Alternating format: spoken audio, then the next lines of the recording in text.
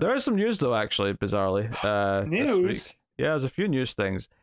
So bit of Flash news to start off with.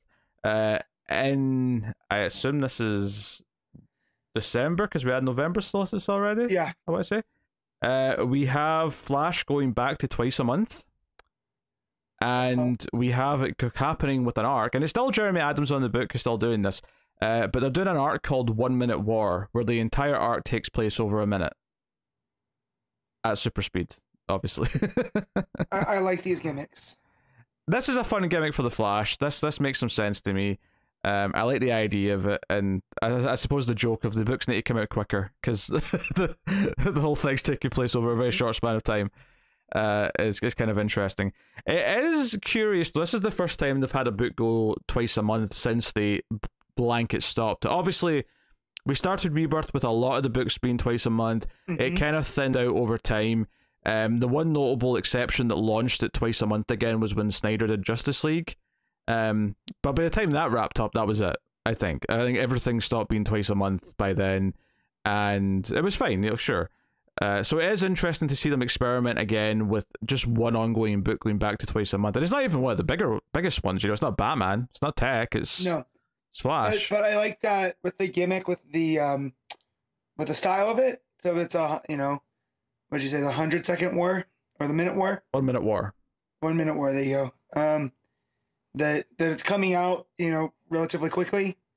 So I think they can do stuff like this, because Tech was double for a while, or it was weekly for a while. I mean, it was really for that one, arc for that event. So I think if they do it where it needs to, I think it could work. But no, man, Jeremy Adams is really hitting that Flash sweet spot for me. So I'm excited to see where this goes. Yeah, there's no indication, I don't think, yet if this is something that's going to continue after the arc, or if it's just for the 6-issue arc. We'll get 3 months of double shipping, or well, and I'm assuming it's 6. I don't actually know. I'm just guessing. Yeah. But yeah, so we'll see. I'm not against some books being double shipping. I'm really not. It just, obviously there's certain books that have great artists. You don't want the artists to have to swap out too much. But then sometimes it happens anyway. But yeah, so there you go. Flash 1 Minute War later this year. Interesting premise. Next up, this is just a sort of business side of things, but I felt it was worth mentioning because we've talked about the bigger parts of this in the past, which is the DC are adding another distributor for the direct market comics. Yep. They're keeping the ones they've got. They're not getting rid of them. But Universal Distribution, a Canadian company, has been added to the mix. They're known for comics and tabletop games, and they've been doing it for about 30 years. They've signed a new global agreement on September 1st, which goes into effect in October. Under this new agreement, starting in October, retailers can order DC periodicals, collected editions, graphic novels that go on sale beginning January 2023 and beyond through Universal Distribution.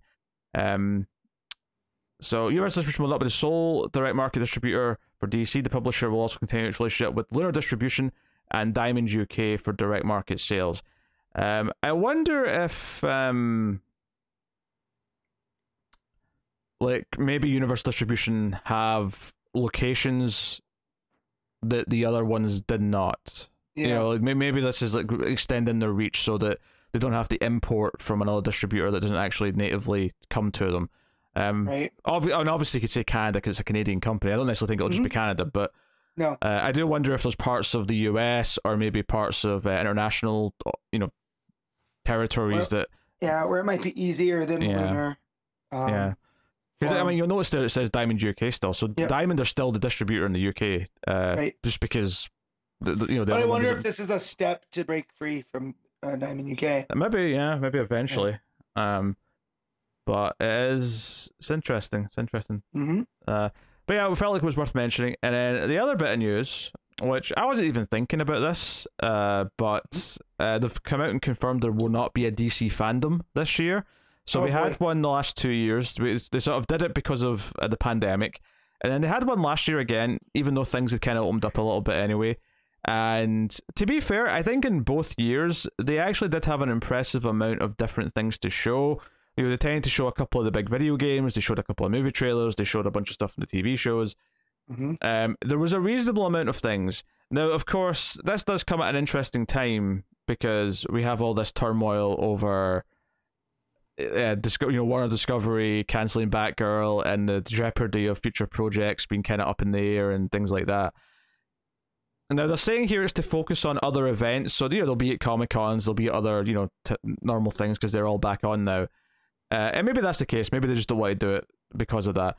What's interesting to me though is if they wanted to control the narrative a little bit and like wanted to protect themselves from hard questions, I would almost argue that doing their own event where there was no press would be the easier choice, because you have to wonder if they're going to New York Comic Con, or I don't even know if that one's happening, but something like that.